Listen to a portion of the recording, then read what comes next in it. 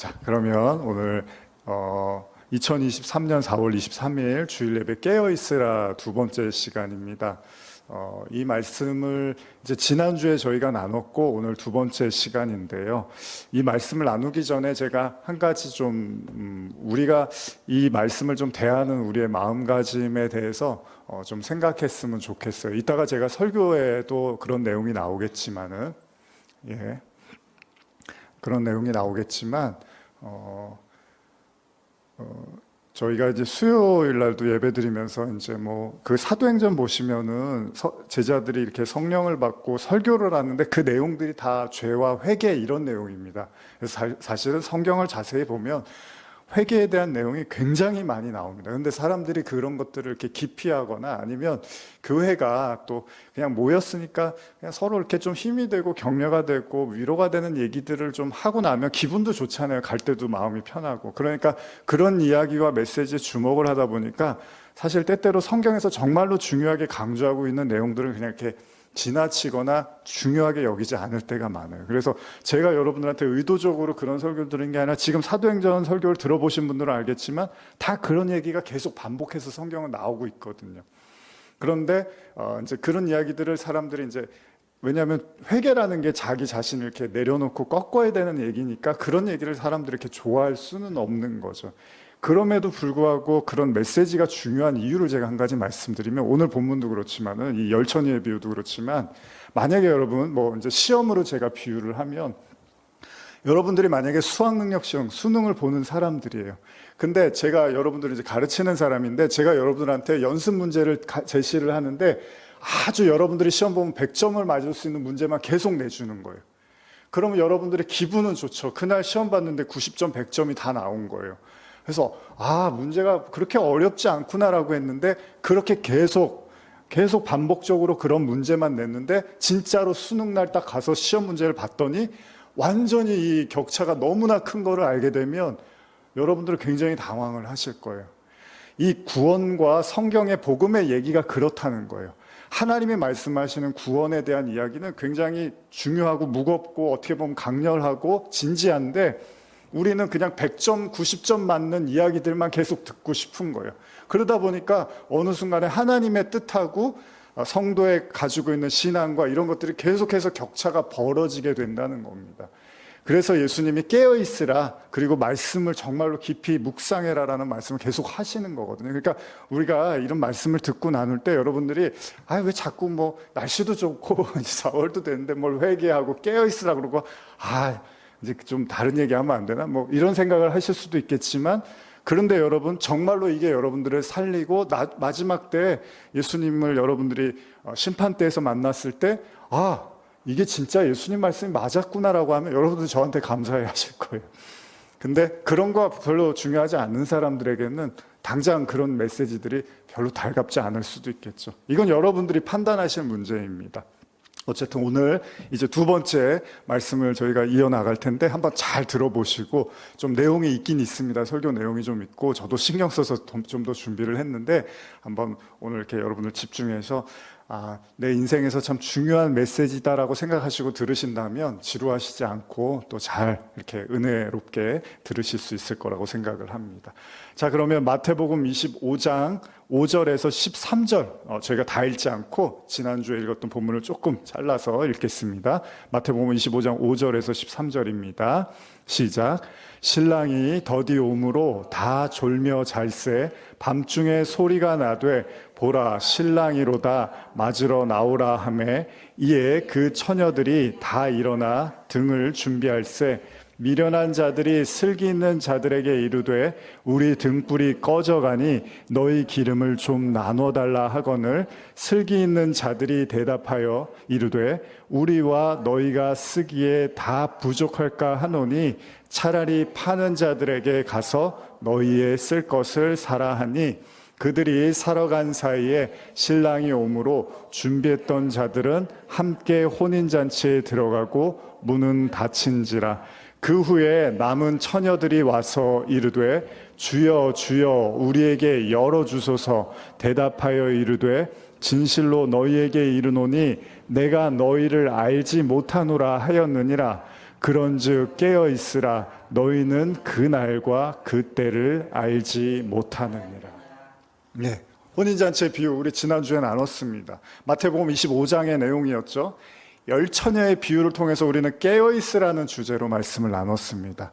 그리고 제가 일주일 동안 시간을 드렸어요. 이 비유가 도대체 무엇을 의미합니까? 라고 여러분들한테 시간을 드렸는데 혹시 고민을 해보신 분 계십니까?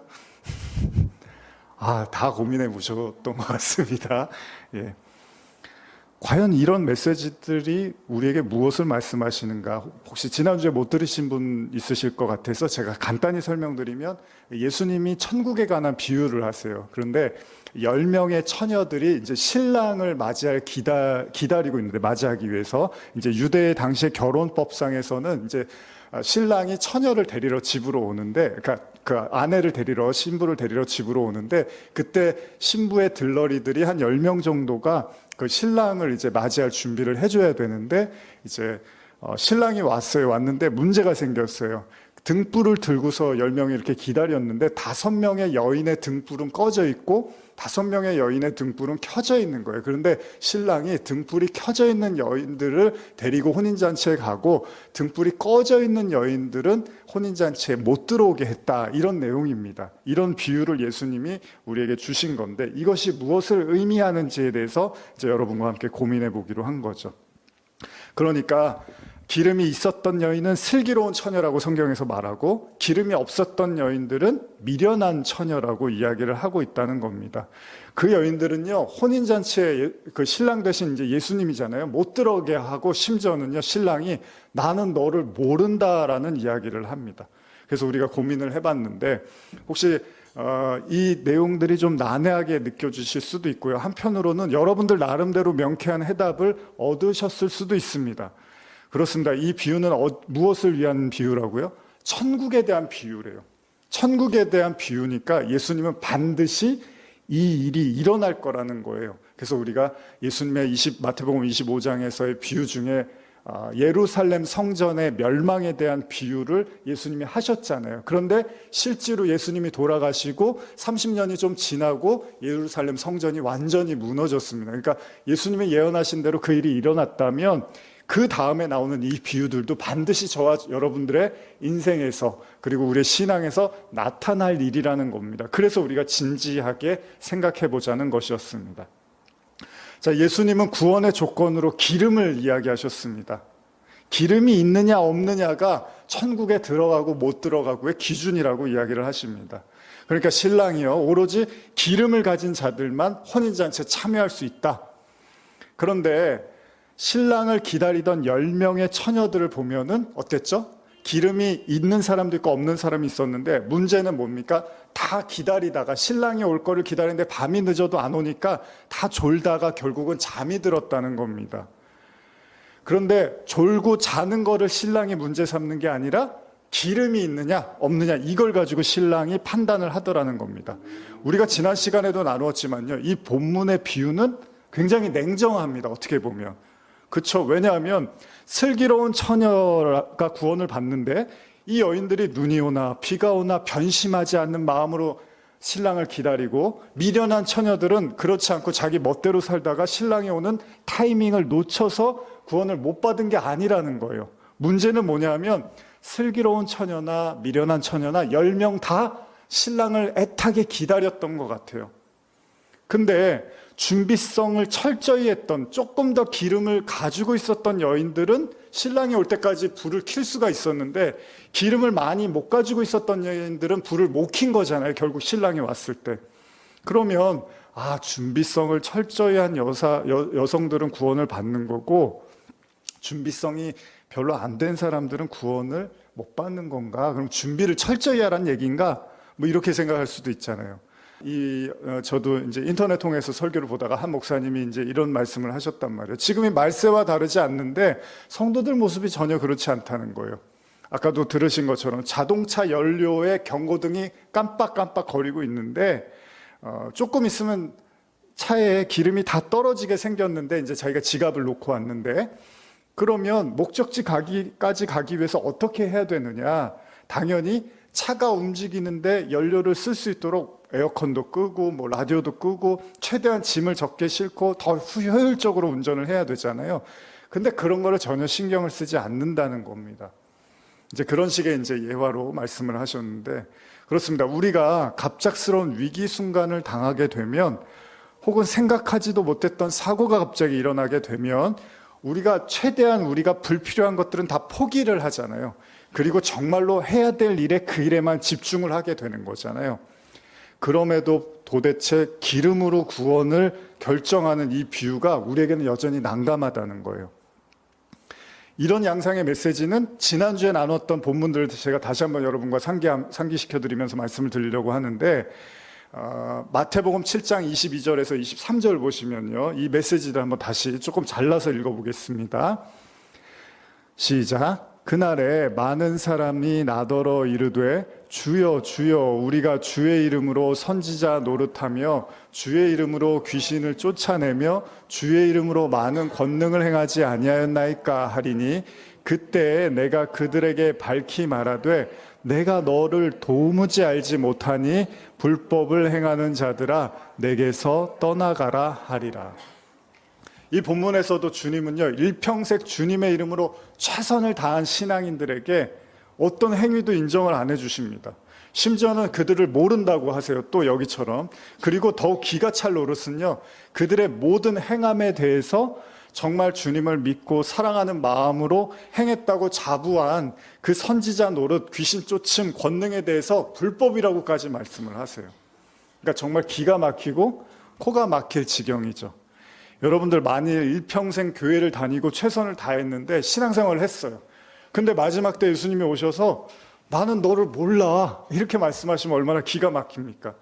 그때 가서 누구를 원망하고 그때 가서 후회한들 무슨 소용이 있겠냐는 겁니다. 그러니까 우리가 이런 본문을 볼 때요, 사실 굉장히 심각하게 받아들여야 된다는 거예요. 그래도 나는 구원해 주시겠지. 내가 얼마나 최선을 다했는데. 아닙니다. 지금 예수님한테 이런 소리를 듣는 자들도 분명히 그런 생각을 했을 거예요. 나는 괜찮겠지. 이 정도 했으면 됐겠지. 더욱 답답한 일은요, 이 사실에 대해서 정확한 정보를 주고 계시지를 않아요. 무슨 말이냐면, 시원하게 내가 왜 너를 모른다고 하고 너가 불법을 행했다고 말하는 거에 대해서 설명을 안 해주세요. 너는 이게 문제였어. 이렇게 설명을 해주시면 되는데 그런 얘기가 없고 이런 얘기만 있습니다. 마태복음 7장 21절인데요. 같이 읽어볼까요? 시작. 나더러 주여 주여 하는 자마다 다 천국에 들어갈 것이 아니요 다만 하늘에 계신 내 아버지의 뜻대로 행하는 자라야 들어가리라. 그러니까 예수님의 말씀은요, 이들이 주님께 외면을 받고 심지어 불법이라는 이야기를 들은 이유가 아버지의 뜻을 무시했다는 거예요. 여러분들 이 말씀이 이해가 가십니까? 어떻게 하나님에 대한 뜻을 무시하고 그렇게 열심히 하나님을 위해서 살 수 있겠냐는 거예요. 근데 이런 구절과 관련된 제가 주석을 한번 보면 이런 표현이 나옵니다. 제가 읽어드릴게요. 거짓 선지자들도 거짓 신자들도 그리스도의 이름으로 일한다고 한다. 그러나 그들이 주님을 사랑하며 그렇게 하는 것이 아니고 다만 자기들의 육체를 위하여 그의 이름을 이용하여 그러한다. 이런 주석에 이런 내용이 나오거든요. 여러분도 아마 이 정도는 예측을 하실 거예요. 무슨 말이냐면 이런 견해가 우리에게 조금 더 이제 도움이 될 수는 있어요. 이런 관점에서 보면요, 마지막 때 심판 때 주님께서 모른다, 너는 불법을 행했다라고 심판을 받는 사람들의 특징이 뭐냐면 주님을 자신들의 유익을 위해서 이용했다는 거예요. 이용한다. 여러분, 이용한다는 말이 무슨 뜻이죠? 사전을 보면 두 가지 의미가 있는데, 첫째는요, 필요에 따라서 이롭게 쓴다는 말이고요. 두 번째는 어떤 사람이나 대상을 자신의 이익의 수단 및 도구로 사용한다는 거예요. 그러니까 평생 주님의 이름으로 사역한 사람들이 예수님께 심판받는 이유는 주님을 수단과 도구로 이용해서 자신에게 이득이 되게끔 하려는 것이었다는 거예요. 문제는요, 이들이 예수님께 떳떳하게 자신을 변호하잖아요. 내가 주님을 위해서 이렇게 많이 했잖아요 라고 하는 걸 봐서는 악의적인 건 아닌 것 같아요. 의도적으로 이용하려고 한 건 아닌 것 같은데, 그럼에도 예수님은 그들의 중심을 아주 낱낱이 드러내신다는 겁니다. 그러니까 이들의 신앙의 목적은요, 예수님을 이용해서 자신들이 돋보이고 싶었고 사람들에게 인기와 명예를 얻고 싶었고 또 훌륭한 사람이라는 칭찬과 존경을 받고 싶었다는 겁니다. 그들의 내면에 그 인간이 갖고 있는 그 탐심 있잖아요. 욕심을 성취하는데 예수까지 이용하고 싶었다라고 볼 수 있다는 겁니다. 이게 잘 이해가 안 가실 수 있어요. 우리가 지난주에 나눴던 열처녀의 비유와 같은 그 계속 당황스러운 성경의 이야기가 또 나오죠. 그게 뭐죠? 고린도전서 13장이죠. 한번 읽어볼까요? 고린도전서 13장 2절 3절인데요. 시작. 내가 예언하는 능력이 있어 모든 비밀과 모든 지식을 알고 또 산을 옮길 만한 모든 믿음이 있을지라도 사랑이 없으면 내가 아무것도 아니요 내가 내게 있는 모든 것으로 구제하고 또 내 몸을 불사르게 내줄지라도 사랑이 없으면 내게 아무 유익이 없느니라. 자, 여기서도요 바울이 뭐라 그러죠? 인간이 할 수 있는 최고의 신앙 덕목을 나열을 해요. 근데 그걸 다 해도 사랑이 없으면 종이 조각, 휴지 조각에 불과하다고 이야기를 합니다. 근데 여러분과 제가 순순히 이 말씀에 동의를 할 수 있냐는 거예요. 아니, 예언을 하고요, 산을 옮기는 기적을 행해요. 그리고 자기의 모든 걸 다 팔아갖고 구제를 해요. 그리고 심지어는 자기 몸을 불사르게 내어줄 수 있대요. 근데 그런 사람한테 어떻게 사랑이 없다고 말할 수 있냐는 거예요. 제가 대학생 때부터 이 구절을 굉장히 관심 있게 봤거든요. 설교도 많이 했지만 여러분들 과연 동의가 되시냐는 거예요. 이렇게 엄청난 희생과 헌신을 하는 사람한테 사랑이 없다고 비아냥거릴 수 있겠냐는 거예요. 그럼에도 불구하고 바울은 그런 사랑이 없어도요 충분히 이런 행동을 할 수 있다고, 이런 사랑이 충만해 보이는 행동을 할 수 있다고 지금 말을 하는 거예요. 여기서도 명확하게 그 사랑의 실체가 무엇인지를 잘 설명해 주고 있지는 않습니다. 결국 여러분, 이런 말씀은 평생 자신은 하나님을 사랑하고 이웃도 사랑한다고 생각하면서 최선을 다해서 행동을 했는데 마지막 순간에 갑자기 하나님이 너는 사랑이 없어, 그래서 그 모든 행위는 인정받을 수 없어 라고 심판받아야 된다는 기가 막힌 상황이 될 수 있다는 겁니다. 참 어렵지 않습니까? 저는 지금 여러분들에게 그래서 너무 진지하게 생각해 보시라는 거예요. 만약에 여러분과 저도 열심히 평생을 신앙생활을 다 했는데 예수님이 마지막 때 딱 보고 난 너 몰라, 나는 네가 한 일에 대해서 관심도 없고 그건 다 불법이었어라고 말씀 듣는다면 이거 큰일 나는 거잖아요. 이건 굉장히 중요한 예수님의 말씀입니다. 종말에 대한 말씀이고요. 정말로 예수님의 말씀처럼 예루살렘 성전이 AD 70년에 무너졌습니다. 결국 우리에게 다가올 수 있는 말씀이라는 겁니다. 만약에 여러분들이 이 말씀을 들으면서 시큰둥하시면 크게 두 가지 이유일 겁니다. 하나는 성도의 구원 자체에 대해서 별로 관심이 없거나 믿지 못하거나, 두 번째, 아니면 이미 나는 구원받았다고 너무나 확실하거나, 이 둘 중에 하나일 겁니다. 우리가 여기서 한 가지 중요한 사실을 발견하는데요. 그거는 구원을 결정하는 사람과 구원을 받는 사람의 차이입니다. 그러니까 구원을 결정하는 주님이 중요시 여기시는 것에 대해서 구원을 원하는 성도들이 잘 모르거나 지나쳐서 헛발질을 할 수 있다는 거예요. 소위 이것이 구원의 길이라고 열심히 달렸는데 그만 삼천포로 빠져버린 거죠. 운전해 보신 분들 잘 아시겠지만 차에 내비게이션 있잖아요. 내비게이션. 이거 키면 이제 길까지 내가 원하는 목적지까지 잘 안내를 해주잖아요. 예전에 제가 면허 따고서 예전에 말씀드렸던 것 같은데 면허 따고 얼마 안 돼서 그때는 내비게이션이 나온 지가 얼마 안 됐을 때인데 지방의 그 한적한 수련원에 이제 강사로 가게 됐어요. 근데 그 수련원 장소가 산속 깊은 데 있었어요. 그리고 이제 숙소는 저는 다른 곳에 있었고요. 그래서 이제 집회를 하러 갔는데 큰맘 먹고 이제 막 벌벌 떨면서 초보 운전인데 이제 차를 끌고 산속으로 갔습니다. 길은 잘 모르지만 이제 내비게이션이 있으니까 철석같이 믿고 간 거예요. 그래서 집회를 잘 마무리를 하고 이제 다시 숙소로 가려고 내비게이션을 켜고 이제 늦은 밤에 이제 지방의 도로를 막 가고 있는데 뭔가 좀 이상한 느낌이 드는 거예요. 분명히 아까 오던 길이 이 길이 아닌 것 같은데 자꾸 뭔가 다른 길로 가는데 가다 보니까 나중에 이제 산을 들어가면서 올라가더라고요, 차가. 그 길이 이제 조금 있는 길로. 그래서 그냥 쫓아갔는데 나중에 이렇게 산 중간 정도 되는데 어떤 집이 한 채가 나오는 거예요, 밤 늦은 시간에.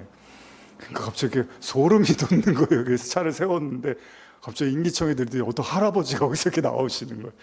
갑자기 제가 놀래갖고, 근데 그분도 놀라셨을 거예요. 밤에 누가 왔나.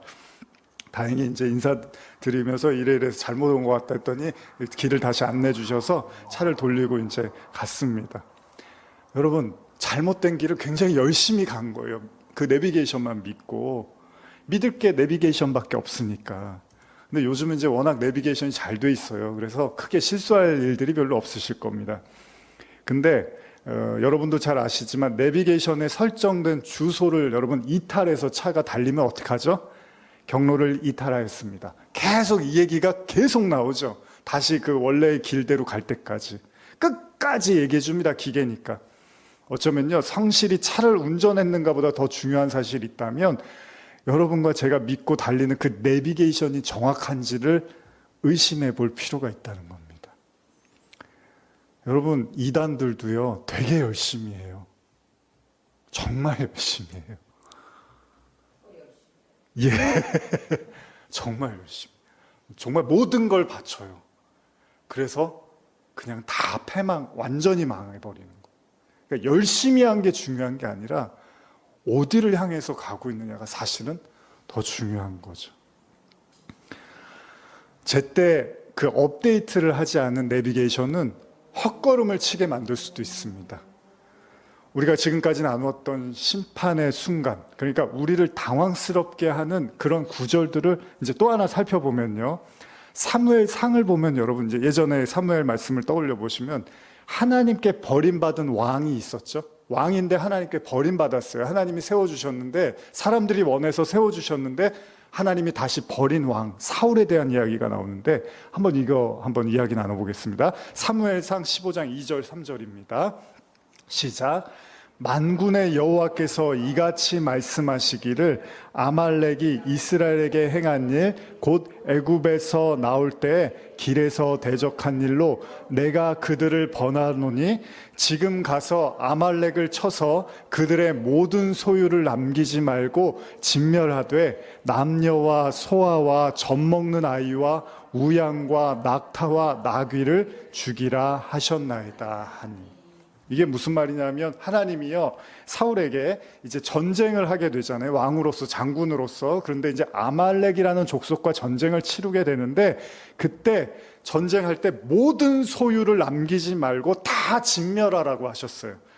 모든 사람, 사실 아이에서 비롯해서 모든 사람과 그리고 짐승까지 다 멸하라고 하셨는데 이때 사울이 커다란 실수를 하게 됩니다. 사무엘상 15장 7절에서 9절인데요. 이거 한번 보겠습니다. 사울이 하윌라에서부터 애굽 앞 술에 이르기까지 아말렉 사람을 치고 아말렉 사람의 왕 아각을 사로잡고 칼날로 그의 모든 백성을 진멸하였으되 사울과 백성이 아각과 그의 양과 소의 가장 좋은 것 또는 기름진 것과 어린 양과 모든 좋은 것을 남기고 진멸하기를 즐겨 아니하고 가치 없고 하찮은 것은 진멸하니라. 본문처럼요, 사울은 하나님의 명령대로 아말렉의 모든 걸 다 멸하는 것처럼 보였는데요, 문제가 생깁니다. 자기의 눈에 봤을 때 뭔가 하나님이 좋아할 것 같은 재물이라고 여겨진 양과 소를 남겨버린 거예요. 죽이지 않은 거예요. 물론 사울의 의도는 자신이 양과 소를 취하려고 했던 건 아닙니다. 가지려고 한 건 아닌데 이 빼어난 재물로 하나님께 제사를 드리면 하나님이 너무나 기뻐하실 거라고 여기고 이런 행동을 한 거예요. 그런데 하나님의 생각은 달랐습니다. 하나님이 말씀하십니다. 사무엘상 15장 22절 23절 한번 읽어보겠습니다. 시작. 사무엘이 이르되 여호와께서 번제와 다른 제사를 그의 목소리를 청종하는 것을 좋아하심같이 좋아하시겠나이까. 순종이 제사보다 낫고 듣는 것이 숫 양의 기름보다 나오니 이는 거역하는 것은 점치는 죄와 같고 완고한 것은 사신 우상에게 절하는 죄와 같음이라. 왕이 여호와의 말씀을 버렸으므로 여호와께서도 왕을 버려 왕이 되지 못하게 하셨나이다 하니. 이 실수 때문에요, 하나님이 다 없애라고 했는데 자기가 원하는 걸 취했던 이 실수 때문에 사울이 버림을 받습니다. 사실 여러분들 납득이 가지 않지 않습니까? 이 앞에서 나눈 열 처녀의 비유라든지 또 마지막 때 주님이 모른다고 하신다는 얘기라든지요. 뭐 사랑이 없으면 아무것도 아니라든지 또 오늘 이 아무리 위대한 헌신과 희생 속에서도 하나님의 뜻이 아니면 그건 다 버림받는다고 말씀하신단 말이에요. 그래서 사울도요, 하나님께 정말 좋은 제사를 드리고 싶어서 소와 양을 구별해서 하나님께 드리려고 했는데 이게 버림받는 근거가 됐다는 겁니다. 이 이야기를 듣자 사울이 실토를 하는데요. 사무엘상 15장 24절인데 현대어 성경인데 제가 읽어드릴게요. 사울이 자기 죄를 시인하였다. 내가 죄를 지었습니다. 내가 여호와의 명령을 어기고 당신의 지시를 따르지 못하였습니다. 나는 우리 군인들이 두려워서 그들이 하자는 대로 했습니다. 사울이 이렇게 한 행동에 대해서 실토를 하는데 그게 뭐냐면 사울이야 여론을 살피느라 사람들의 마음을 살피느라 하나님의 말씀을 무시해버렸다는 거예요. 그러니까 사울이 정말로요 여러분 하나님이 너무 사랑스럽고 좋아서 이 제사를 너무나 귀하게 드리고 싶어서 소와 양을 준비한 게 아니라 그게 아니라 말씀은 분명히 알고 있었는데 사람들이 원하는 대로 하자고 거기에 쫓아간 거예요. 이 이야기의 교훈이 뭔지 아십니까? 사울의 제사의 목적이 하나님에 대한 갈망과 사랑과 순종이 아니라요 사람에 대한 눈치와 지지 혹은 이로 인해서 누릴 수 있는 안전한 왕의 자리였다는 거예요. 사울의 본심은 하나님과는 아무 관련도 없었다는 거예요. 오히려 하나님을 빙자해서요. 아까 하나님의 이름을 빙자해서 하나님을 위해서 그럴듯한 제사를 드리려고 했어요라고 신앙인으로 비춰지고 싶었던 거죠. 하나님은 사울을 버려버리십니다. 아마도 사울이 이 마음으로부터 벗어날 수 없었을 걸 아셨나 봐요. 나아가서 더 큰 문제는요, 그게 왜 잘못된 건지 회개할 마음도 없었어요, 사울 왕한테. 그래서 여러분 얼마나 다윗을 괴롭힙니까? 그런 회개하는 마음이 있는 사람이 그렇게 행동을 못 하잖아요. 결국 하나님과는 무관한 왕, 사울은 제사를 이용해서 자신의 인기와 영화를 누리려고 했던 시도 때문에 하나님과 결별을 하게 됐더라는 겁니다. 여러분 생각해 보면요, 우리 신앙은 어떨까요? 아마 이 말씀을 듣는 이제 뭐 인터넷을 통해서도 그렇고요. 한번 다 진지하게 생각해 봤으면 좋겠어요. 우리가 깨어있으라는 이 주제를 가지고 오늘만큼은 더욱더 진지했으면 좋겠는데, 여러분 신약의 수많은 사람들이 병이 낫고자 예수님을 찾죠. 그리고 귀신이 들리면 또 예수님을 찾아요. 해방받고 싶어서. 기타 등등의 수많은 이유로 예수님을 찾아요. 그런데 그들이 어떻죠? 목적이 해결이 되면 그걸 멈춰버리는 거예요. 아니면 아직 해결되지 않았기 때문에 여전히 찾을 수도 있다는 겁니다. 여러분 어떤 사람들은 마음이 편안하려고 예수님을 찾고요. 어떤 사람들은 상처받은 마음을 치유받기 위해서 예수님을 찾습니다. 어떤 이들은 외로워서 예수님을 찾습니다. 어떤 사람은 경제적으로 너무 가난하고 어려우니까 예수님을 찾아요. 어떤 사람은요 질병 때문에 너무 괴로워서 이 나약함을 고침받기 위해서 예수님을 찾습니다. 물론 성경은 하나님은 우리의 모든 문제와 연약함을 해결해 주시는 분이 맞습니다. 근데 성경에 재미있는 사실 하나가 나옵니다. 누가복음 17장을 보시면요, 예수님께서 한센병에 걸렸던 당시에 한센병에 걸렸던 10명의 사람을 치유를 해주잖아요. 그런데 어떻죠? 그 10명 중에 예수님께 감사하다고 나온 사람은 한 사람입니다. 예수님이 이때 되묻는데요. 누가복음 17장 17절에서 19절인데 한번 읽어보겠습니다. 예수께서 대답하여 이르시되 10사람이 다 깨끗함을 받지 아니하였느냐? 그 9은 어디 있느냐? 이방인 외에는 하나님께 영광을 돌리려 돌아온 자가 없느냐 하시고 그에게 이르시되 일어나 가라, 내 믿음이 너를 구원하였느니라 하시더라. 여러분 신앙의 목적이 뭘까요? 이미 자신들이 원했던 걸 얻은 사람들은요 더 이상 예수님을 찾을 필요를 못 느낍니다. 그들은 예수님을 통해서 이미 큰 효험은 받습니다. 여러분 우리가 아프면 뭐 감기에 걸리면 감기약을 찾잖아요. 근데 감기에 나았어요. 그럼 이제 그 약이 더 이상 필요하지가 않잖아요. 또 감기에 걸리면 이제 그때서야 우리가 약을 찾게 되겠죠. 모든 병이 다 그렇잖아요. 내가 아플 땐 그 약이 필요한데 낫게 되면 이제 그 약은 더 이상 필요가 없는 거예요. 어쩌면 예수가 필요한 사람들은 예수의 효용 가치가 있다고 믿는 사람들, 다시 말해서 예수가 자기에게 이익이 된다고 믿는 사람들은 아쉬울 때는 예수님을 찾을 거예요. 그런데 어느 정도 효과를 보게 되면, 아니면 그닥 큰 효과를 보지 못한다고 판단되면 더 이상 예수를 찾아야 될 필요를 못 느낀다는 거예요. 많은 사람들이 교회를 떠나는 이유가 이런 거 아니겠습니까? 이미 예수님을 통해서 얻을 거 다 얻었어요. 혹은 예수님을 믿어봤자 별로 소용이 없는 것 같아요. 그러면 예수님이 더 이상 필요하지 않는 거죠. 그러나 인생에는 항상 수많은 난관과 문제들이 있잖아요. 우리는 어쩔 수 없이 또 예수님을 의지할 수밖에 없는 연약한 사람이잖아요. 안타까운 건요, 여러분 잘 들어보세요. 성경은요, 예수님을 의지하고 찾았다는 사실만으로 구원이 주어지는 게 아닌 것처럼 보인다는 거예요. 왜요? 예수님이 뭐라 하죠? 나더러 주여 주여 하는 자가 다 천국에 들어갈 것이 아니라고 하셨어요. 그러니까 우리는 주여 내가 주님을 찾고 부르짖고 의지합니다라고 해서 그걸로 예수님이 구원해 주는 게 아니래요. 그럴듯한 제사를 드려서 하나님의 환심을 사려고 했던 사울 왕이나 분명 신랑을 기다렸던 5 처녀 모두가 좋은 결과를 다 맞이한 건 아니잖아요. 예수님께서 이들에게 호통을 치면서 모른다고 냉정하게 말씀하신 것으로 비춰봐서요, 예수님의 눈에는 어쩌면 이들은 거짓 선지자들처럼 예수님을 이용의 대상, 즉 이익의 대상으로 여겼을지도 모른다는 겁니다. 아마 제 설교를 들으시면서 아니 예수님을 이용할 거면 내가 뭐하러 교회를 나와? 뭐하러 내가 내 돈을 들이고 헌금을 하고 와서 뭐 봉사를 하고 이 시간 이거 여기 역 지나오면 등산 가려는 사람들 엄청 많잖아요. 이 시간에 거기가 있거나 영화를 보거나 놀러 가지 왜 내가 예수님을 이용한다는 거야? 라고 생각하실 수도 있어요. 그런데 예수님이 그렇게 말씀하신 거예요. 나더러 주여 주여 한다고 내가 그거 받아주는 거 아니야. 너희가 나를 위해서 열심히 살았다고 내가 인정해 주는 거 아니야. 이런 얘기를 자꾸 하신단 말이에요. 그래도 나는 문제가 있건 없건 이렇게 예배도 안 빠지고 오랜 기간 신앙생활도 성실히 하고 있으니까 나는 아니겠지라고 생각할 수도 있습니다. 나는 예수를 이용할 목적이 전혀 없어. 그러니까 나는 천국에는 갈 거야. 지옥은 피할 수 있을 거야. 라는 생각을 할 수도 있을 겁니다. 분명히 여러분 기름을 준비하지 못한 미련한 5 처녀도 그런 심정이었을 거예요. 중요한 건요, 여인 모두가 다 예수님을 기다렸다는 거예요. 신랑을 기다렸다는 거예요. 자신이 가진 기름이 다 떨어진지도 모르고 이렇게라도 기다리고 버티면 결국 신랑이 와서 자기를 구원해 줄 거라고 생각했는데 그 예상이 빗나갔다는 거예요. 사실 우리가 자주 하는 말이 있습니다. 하나님은 사람의 마음의 중심을 본다는 말을 하시거든요. 그건요, 겉으로는 그럴듯하게 포장되어 있는 모습이지만 하나님은 마음의 끝을 꿰뚫어 보신다는 거예요.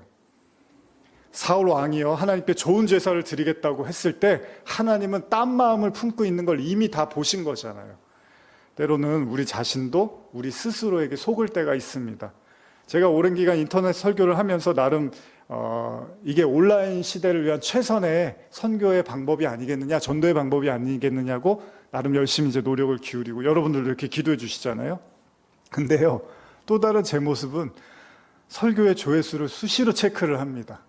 설교를 올려놓고 조회수가 얼마가 나오지? 추천을 몇 명이나 하지? 이걸 제가 수시로 체크를 해요. 그러면서 제 나름대로의 그 노력에 비해서 기대에 못 미치면은 안타까워할 때도 많이 있습니다. 그러면서 제가 자문합니다. 그런 제 생각이 제가 오로지 순수하게 하나님을 위해서 복음을 전하기 위해서 이걸 하는가? 라는 정말 안타까움에서 내가 이 일을 하고 있는가라는 제 스스로 자문을 하기도 해요. 어쩌면 제 마음 한켠에도 이렇게 인터넷 설교가 많이 알려져 갖고 교회가 좀 부흥이 되고 사람들에게 좋은 설교를 한다는 평판을 듣고 싶은 건 아닐까, 그런 마음이 나한테는 전혀 없을까라는 생각을 하기도 합니다. 만일 저와 여러분들도 이제 기도해 주시지만 우리가 교회를 부흥을 꿈꾸잖아요. 근데 그게 여러분들이 너무 하나님을 사랑해서 정말로 이 영혼이 한 명이라도 여기 와서 구원받기를 너무나 갈망하는 마음으로 부흥을 꿈꾸십니까? 난 너무 하나님이 좋아. 이 하나님을 꼭 누군가 만났으면 좋겠어. 근데 하나님을 믿지 않으면 죽어가는 영혼이니까 여기 와서 꼭 살았으면 좋겠어. 이런 마음으로 여러분들이 부흥을 꿈꾸십니까? 아니면 교회 개척한 지가 이제 시간이 얼마 됐는데 이제 좀 사람이 와야 되는 거 아니야? 이런 마음으로 인과유대 사고로 그런 생각을 하시는 건 아닐까? 전혀 나는 아니다라고 생각하시지, 아니다라고 말할 수 있겠는가라는 생각을 해본다는 겁니다. 때때로의 인간의 신앙은요, 하나님과 무관하게 흘러갈 수 있다는 거예요. 겉으로 보기에는요, 전적이기까지는 않지만 그래도 어느 정도 하나님에 대한 순수한 신앙을 밑받침에 두고 있는 것 같지만 우리 역시도 하나님에 대한 사랑이나 암보다는, 알고자 하는 마음보다는, 갈망보다는요, 우리 자신과 직결된 산적한 문제들에 대해서 이 효용 가치로서 신앙을 이용할 때가 많다는 거예요. 사실 인정하고 싶지 않지만 우리는 이것을 인정해야 합니다. 왜냐하면 제자들이 그랬잖아요.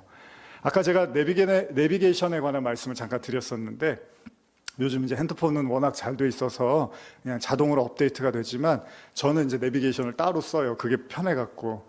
근데 이거 문제가 뭐냐면 업데이트를 주기적으로 해줘야 돼요. 이거 주기적으로 해주지 않으면 도로 사정이 바뀌었는데 내비게이션은 그대로 나온단 말이죠. 옛날 도로가. 그래서 작년인가 이제 이사 가신 분이 이제 새로운 건물, 그쪽에 마을이 없었는데 이제 새로운 건물들 짓고 해서 거기를 찾아가야 되는데 내비게이션이 잡지를 못하더라고요. 그래서 결국 나중에는 이제 핸드폰을 켜고서 찾아갔는데, 내비게이션만 마냥 믿고 있으면 안 된다는 거죠.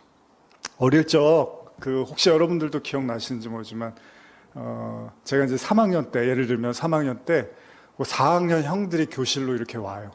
오면은 아무래도 애들이 이렇게 긴장을 하잖아요. 선배들이 오면은. 또래들만 있는 교실에 한두 살 위에 형들이 오면 괜히 주눅이 드는 법입니다. 우리 인생도 그렇습니다.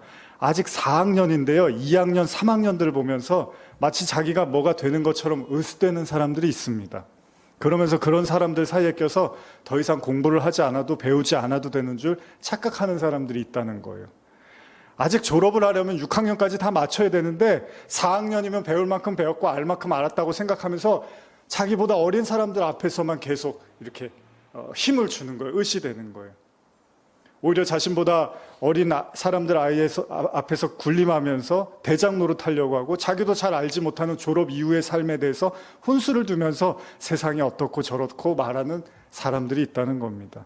미안하지만요, 그런 사람들은 자기보다 어린 사람들이 모여있는 교실에 나와서 자기가 처한 4학년 교실을 다시 들어가서 거기서 배워야 될 걸 다 배우고 5학년을 거치고 6학년을 거쳐서 졸업을 해야 된다는 거예요. 그래야지 졸업을 할 수 있습니다.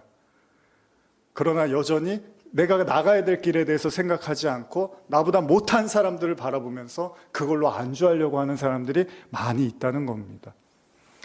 제가 설교를 진지하게 생각하라고 말씀드리는 이유도, 만일 아까도 제가 말씀드렸지만 만일 수학능력 시험을 보는데 그 기준에 맞춰서 가르치지 않고 맨날 100점, 90점만 맞추는 그런 문제들만 여러분들에게 낸다면 그 순간에는 자신감이 붙고 기분이 좋고 나는 다 할 수 있을 것 같겠지만 수능을 보는 그날 여러분들은 완전히 까무러치게 될 거라는 겁니다. 좀 어렵더라도 예수님의 기준을 있는 그대로 받아들일 필요가 있다는 겁니다. 열처녀의 비유에서 미련한 자에게 기름이 전혀 없었던 것으로 보이진 않습니다. 슬기로운 자들이나 미련한 자들이나 모두 다 기름은 갖고 있었어요. 한번 말씀을 다시 읽어볼까요? 마태복음 25장 8절 9절입니다. 미련한 자들이 슬기 있는 자에게 이르되 우리 등불이 꺼져가니 너희 기름을 좀 나눠달라 하거늘 슬기 있는 자들이 대답하여 이르되 우리와 너희가 쓰기에 다 부족할까 하노니 차라리 파는 자들에게 가서 너희 쓸 것을 사라 하니. 분명 성경은요, 미련한 자들의 등불이 타고 있었는데 시간이 지나면서 기름의 부족으로 등불이 꺼져갔다는 거예요.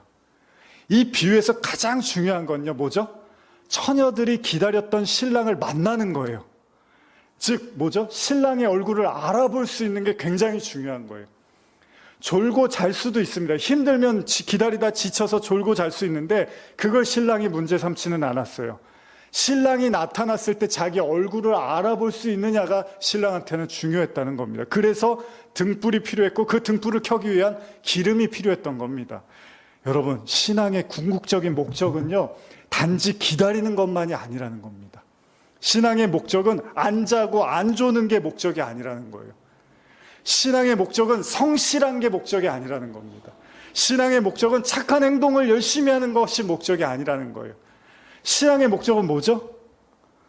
예수를 알아봐야 되는 게 목적인 거예요.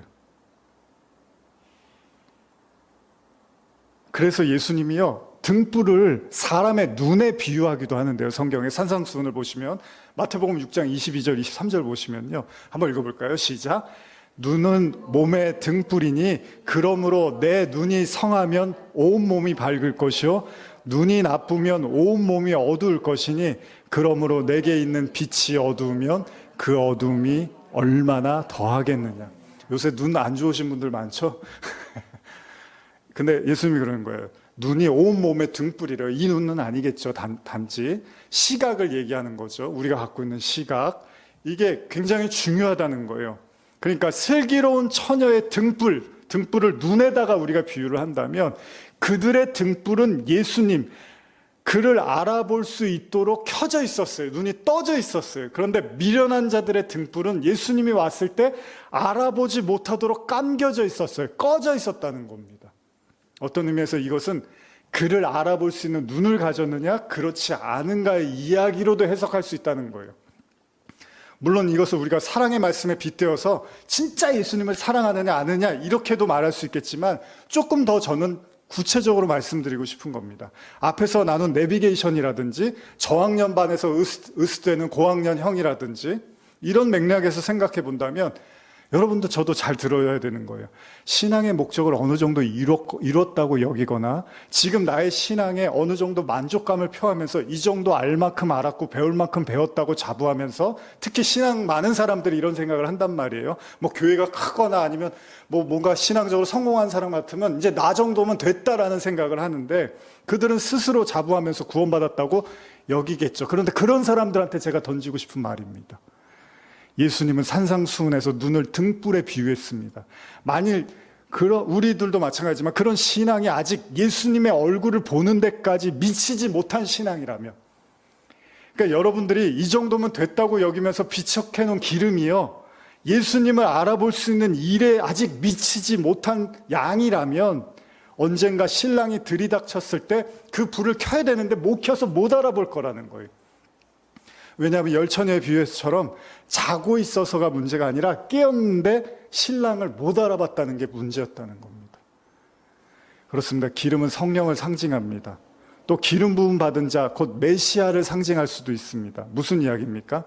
제가 만약에요, 프랑스어를 한 줄도 모르면, 한 단어도 모르면요, 제 옆에서 아무리 불어를 해대도요, 저는 한마디도 그게 불어인지도 몰라요. 프랑스어인지도 모를 거예요. 감도 못 잡을 거예요. 제가 공항에 마중을 나가는데 예를 들면요, 마중 가는 사람에 대한 어떤 정보가 없어요, 저한테. 그러면 그가 내 옆에 서 있어도 그가 누군지를 모를 거라는 거예요. 그럼 우리는 이렇게 말할 겁니다. 그 사람이 나를 알아보면 되는 거 아니야? 근데 안타깝게도 성경은 신랑이 등을 켠 처녀들만 알아봤지 불이 꺼진 처녀들은 모른다고 했어요. 내가 주님을 몰라도 주님이 나를 알아볼 거 아니야? 아니래요. 내가 주님을 알아봐야지 주님이 나를 알아본대요. 이게 되게 중요한 거예요, 여러분. 등이 없어서 자리를 비우고 그 기름을 사러 간 미련한 여인들에게 천국은 허락되지 않았더라는 겁니다. 여러분, 신앙생활을 하지만요, 아직 예수님에 대해서 더 알고 싶고 배우고자 하는 마음이 없는 사람들이 많습니다. 그러니까 아까 우리 집사님 말씀처럼 열심히는 하는데 목적이 잘못되고, 그러니까 예수님이 누군지도 모르고 그냥 무조건 열심히만 하는, 그쵸? 그런 이단도 많고 또 잘못된 신앙도 많잖아요. 그런데 정작 예수에 대해서 알고 배우고자 하는 마음은 없고 그냥 내가 열심히 하면 그걸로 구원받을 거라고 생각하는 거예요. 그들은 연신 내가 새벽 기도 오래 했으니까 이것만큼은 주님이 나를 구원해 주실 거야.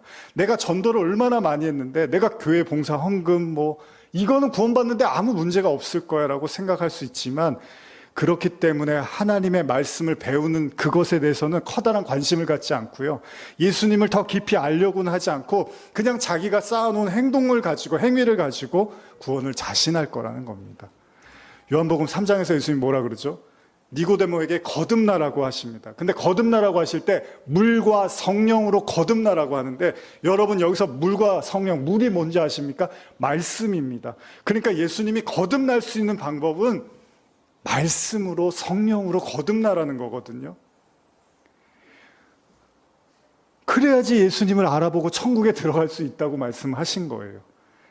그래서 로고스라는 문자, 하나님의 말씀이 문자로만 있는 게 아니라 그게 내 안에 먹고 마셔서 레마로 나한테 소화돼서 내 안에 그리스도가 있어야 된다는 거예요. 그걸 우리가 그리스도로 옷 입었다고 하는 건데, 마태복음 22장에서도요, 이제 시간이 좀 가서 제가 마무리를 해야 될 것 같아요. 예수님이 천국의 비유를 말씀하시는데 이런 내용입니다. 한 임금이요, 자기 아들을 위해서 혼인잔치를 벌려요. 그리고 나서 사람들을 막 초대를 하는데 사람들이요 안 와요. 안 오는 것까지는 좋은데 나는 뭐 시집가고 장가가고 일해야 되고 밥 갈아야 되고 그래서 못 가겠습니다 하니까 거기까지는 좋은데 그 종들, 초대를 하기 위해서 부른 종들을 다 잡아다 죽여요, 사람들이. 나중에 임금이 화가 너무나 나서 그 마을을 싸그리 불사릅니다. 그리고 나서 아무나 오라 그래요. 내가 아들의 혼인잔치를 열 거니까 아무나 오라고 초대를 해요. 그래서 사람들이 막 모여요.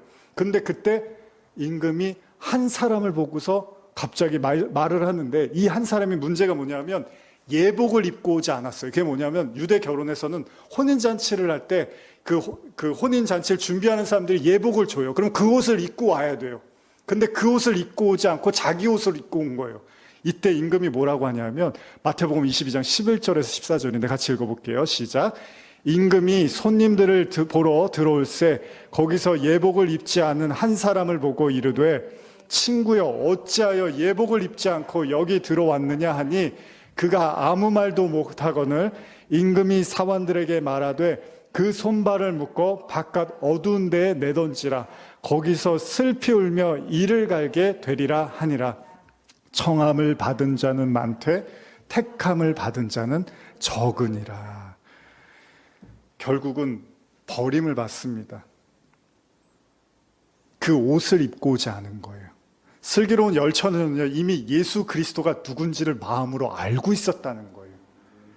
그들은 자신의 모든 마음과 시간을 들여서 예수님을 아는데 모든 노력을 했어요. 그래서 예수님이 왔을 때 알아본 거예요. 저분이 예수라는 걸, 신랑이라는 걸.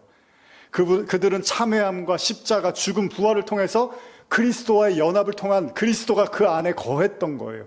근데 미련한 처녀들은 아직 그 깊이에 도달하지 못했어요. 그들은 예수를 아는 거에 대해서 집중하지 않은 거예요. 굳이 그렇게까지 알아야 될 필요가 없다고 생각한 거죠. 그들은 예수와 함께 죽고 사는 연합의 하나됨에 관심이 있는 게 아니라 자신 밖에 존재하는 예수를 주여 주여 부르면서 외치기만 한 거예요. 그들의 내면에 그리스도가 있는 게 아니라 밖에서 주여 주여 하면서 부른 거예요. 그거를 주님이 모른다고 해버리신 거예요. 여러분, 그냥 성실하고 착하고 기다리면 구원은 충분할 거란 생각을 우리는 해서는 안 됩니다. 고린도전서 13장 11절 12절 보시면요, 제가 읽어드릴게요. 내가 어렸을 때는 말하는 것이 어린아이와 같고 깨닫는 것이 어린아이와 같고 생각하는 것이 어린아이와 같다가 장성한 사람이 되어서는 어린아이의 일을 버렸노라. 우리가 지금은 거울로 보는 것 같이 희미하나 그때는 얼굴과 얼굴 대하여 볼 것이요 지금은 내가 부분적으로 하나 그때에는 주께서 나를 아신 것 같이 내가 온전히 알리라. 깨어있다는 건 뭐죠? 어린아이에 머물러 있는 게 아니라는 겁니다. 여러분, 그 신앙이 어느 시점에서 그냥 멈춰서 자라나지 않으면 그것이 우리에게 심판이 될 수 있다는 겁니다. 우물을 여러분 파는 이유는 뭐죠? 물이 나올 때까지 우물을 파는 거잖아요. 예수님이 뭐라 그러십니까? 먼저 그 나라와 의를 구하라는 건 제일 먼저 여러분들이 해야 될 게 예수님이 누구이시고 그 예수님을 만나서 여러분들 안에 거하실 수 있도록 영접하고 받아들이는 것이 가장 중요하다는 겁니다. 주님은 언제 오실지 모르니까 깨어있으라고 말씀하신 겁니다. 성경은 그리스도로 옷을 입으라는 거예요. 그리스도라는 기름을 마음속에 가지고 있으라는 겁니다. 이 시대의 성도들에게 이야기하고 싶습니다. 깨어 있으라. 아직 가야 될 길이 남아 있습니다. 주님이 언제 오시는가가 중요한 게 아니고요. 그런 인터넷 보면 그런 얘기들 많잖아요. 이제 시대의 징조 해서 주님이 언제 올 것 같고 시대가 언제 종말일 것 같고 그런 얘기가 중요한 게 아니라 여러분과 제가 주님이 오셨을 때 그분이 주님인지를 알아볼 수 있는 눈을 갖고 기름을 갖고 있고 등불을 가졌느냐가 더 중요하다는 겁니다. 그리고 여러분들이 정말로 그 혼인잔치에 참여할 예복을 입고 있느냐가 더 중요하다는 것입니다. 여러분들의 신앙도 절대 멈춰 있어서는 안 된다는 겁니다. 그리고 절대 자부하고 자만해서도 안 됩니다. 정말 여러분들이 내 안에 그리스도가 계시다, 그 기름이 내 안에 있다라는 확신이 들 때까지 우리는 그 예수님을 아는 일에 게으름을 부려서는 안 된다는 겁니다. 때가 악합니다. 엉뚱한 곳에서 삼천포로 빠져서 모든 신앙과 힘을 낭비하는 수많은 사람들이 있습니다. 저와 여러분들은 그리스도의 장성한 분량까지 이르러야 됩니다. 아직 가야 할 길이 있습니다. 에베소서 4장 13절에서 15절 읽고 마치겠습니다. 시작. 우리가 다 하나님의 아들을 믿는 것과 아는 일에 하나가 되어 온전한 사람을 이루어 그리스도의 장성한 분량이 충만한 데까지 이르리니 이는 우리가 이제부터 어린아이가 되지 아니하며 사람의 속임수와 간사한 유혹에 빠져 온갖 교훈의 풍조에 밀려 요동하지 않게 하려 함이라. 오직 사랑 안에서 참된 것을 하며 범사에 그에게까지 자랄지라. 그는 머리니 곧 그리스도시라. 주님이 오셨을 때 그 주님을 알아볼 수 있는 등불을 가지고 기름을 가지신 우리 모두가 되기를 간절히 축복합니다. 우리 말씀을 생각하며 잠시 기도하시겠습니다.